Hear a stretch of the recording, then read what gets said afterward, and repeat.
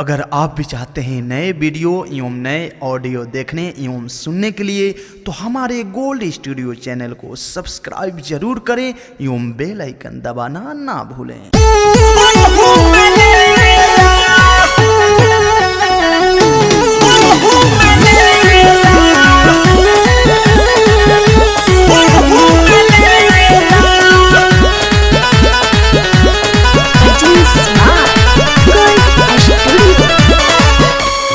ऐसन मिलल बा भातार करम सखी फूटल बा हमार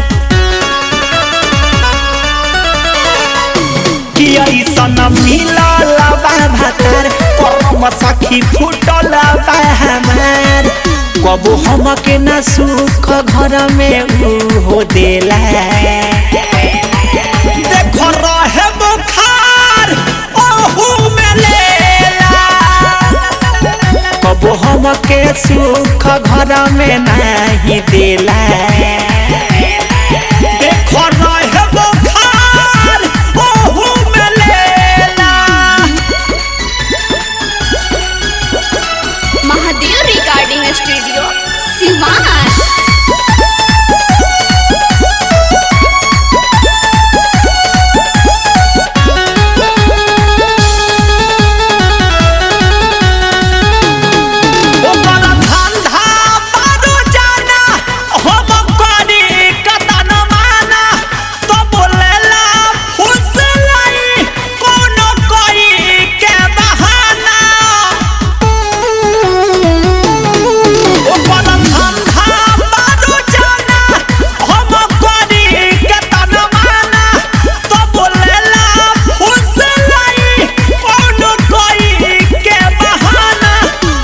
सरदी में हम के खियावे गप गप केला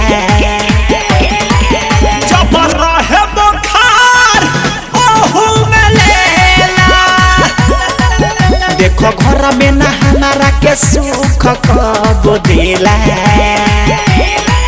अब आइल रहे ओहू में लेला।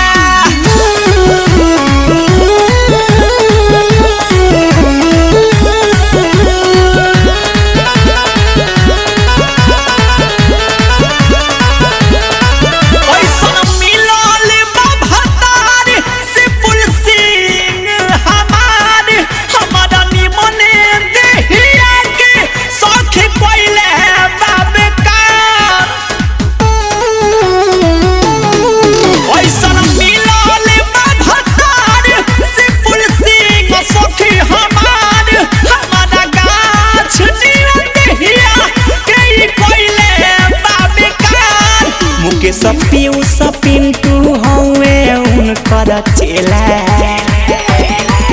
जब रहे बुखार ओहू में लेला सखी हमके सुख घर में उना देला।